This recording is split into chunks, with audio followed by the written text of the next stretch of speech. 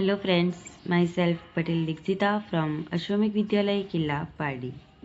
Friends, today we are discuss about Standard 7 Subject Science Chapter number 13 Motion and Time. Friends, in this unit we are discuss about motion. What is motion and slow and fast motion. So today we are move to the next topic. It is speed. So friends, आप सबने speed word तो सुना ही होगा. Okay, तो speed किसे बोलते हैं? Speed means जितने टाइम में जितना डिस्टेंस कवर्ड हुआ है उसे बोलते हैं स्पीड.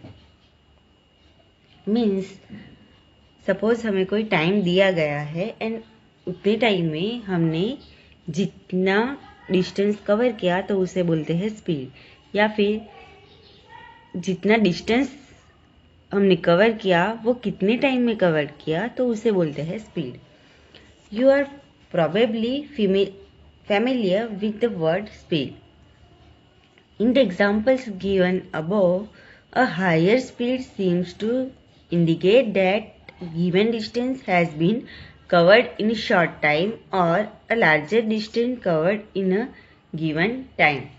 Means जैसे मैंने आपको बताया कि जितना ज़्यादा डिस्टेंस दिए हुए टाइम में कवर किया जाए तो उसे बोलते हैं हायर स्पीड. ओके, या फिर ज़्यादा डिस्टेंस दिए हुए टाइम में कवर किया जाए तो उसे बोलते हैं higher speed. The most convenient way to find out which of the two or more object is moving faster is to compare the distance moved by them in a unit time.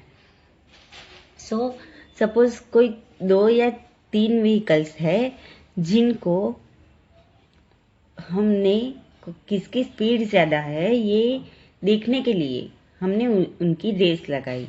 तो जितने time में उन्होंने सबसे ज़्यादा distance cover किया तो वो ज़्यादा फास्टर हुआ.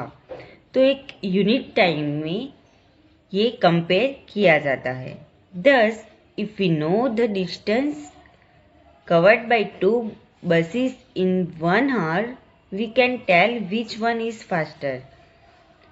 ओके, तो जिस तरह से दिए हुए टाइम में 2 बस को सपोज हमने उनकी स्पीड कवर करने के लिए बोला तो जिसने ज़्यादा डिस्टेंस कवर किया उतने टाइम में तो वो ज़्यादा फास्टर है. We call the distance cover by an object in a unit time as a speed of the object. So जैसे मैंने आपको बताया कि यूनिट टाइम में जितना डिस्टेंस कवर करते हैं उन्हें क्या बोलते हैं? उसे स्पीड बोलते हैं. When we say that a car is moving with a speed of 50 kilometers per hour, it implies that it covers a distance of 50 kilometers in 1 hour. However, a car seldom moves with a constant speed for one car. In fact, it starts moving slowly and then picks up speed. So, when we say that the car has a speed of 50 kilometers per hour, we usually consider only the total distance covered by it in 1 hour. We do not bother whether the car has been moving with a constant speed or not during that haul.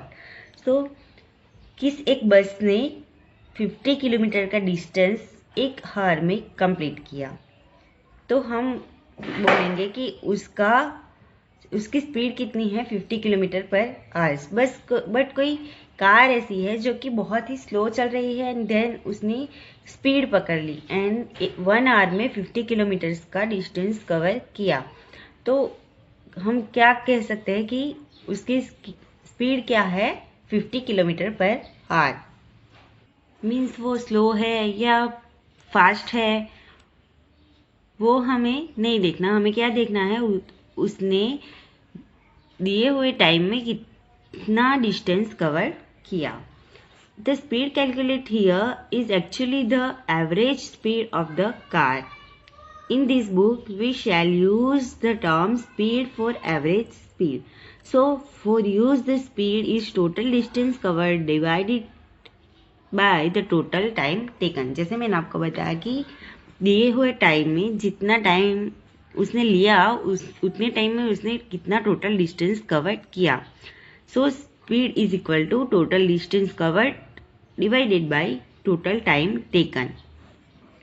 Suppose किसी car ने 50 kilometre 16 minute में cover किया, तो उसकी speed हुई 50 kilometre per our. सो उसी तरह से किसी कार ने 15 मिनट में 15 मिनट में 20 किलोमीटर कवर किया, तो उसकी स्पीड क्या हुई, 20 means 15 into 4 is equal to 60 kilometer 60 minutes. So 20 into 4 is equal to 18. सो 18 किलोमीटर पर आवर. ओके, उसकी स्पीड क्या हुई, 80 kilometer per our.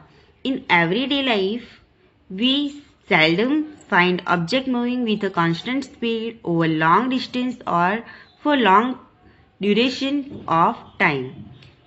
If the speed of an object moving along a straight line keeps changing, its motion is said to be non-uniform. On the other hand, an object moving along a straight line with a constant speed is said to be uniform motion. So, suppose एक train है, तो train एक जगह से एक station से start होके दूसरे बड़े स्टेशन पे जाने वाली है, बट बीच में छोटे छोटे स्टेशन आते हैं. तो ट्रेन ने स्पीड पकड़ ली, फिर वापस वो स्टेशन पे खड़ी हुई, फिर वापस उसने स्पीड पकड़ी, वापस दूसरे स्टेशन पे खड़ी हुई, तो उसकी कांस्टेंट स्पीड नहीं है, तो उसे बोलते हैं नॉन यूनिफॉर्म स्पीड. बट एक कार स्टार्ट हुई, वहां से उसने स्पीड पकड़ी एंड जहां स्टॉप हुई वहां तक उसकी स्पीड कांस्टेंट थी, तो उसे क्या बोलेंगे, uniform motion. Clear that? We can determine the speed of a given object once we can measure the time taken by it to cover a certain distance. In class 6, you learn how to measure distance, but how do we measure time? Let us find out. So, हमने class 6 में देखा था कि किस तरह से हम distance को मेजर कर सकते हैं, बट हम टाइम को किस तरह से मेजर कर सकते हैं वो हमें नहीं पता. So friends, I hope you understand speed. What is speed? So दिए हुए टाइम में जितनी स्पीड कवर हो तो उसे क्या बोलते हैं, स्पीड. या फिर जितना डिस्टेंस कवर किया वो कितनी टाइम में हमने कवर किया तो उसे क्या बोलते हैं, speed. So I hope you understand speed and it is most important question. ये आपको याद रखना है, speed is equal to total distance divided by total time taken. Okay, and in the next lecture we are discuss about the next topic. It is measurement of time. Thank you.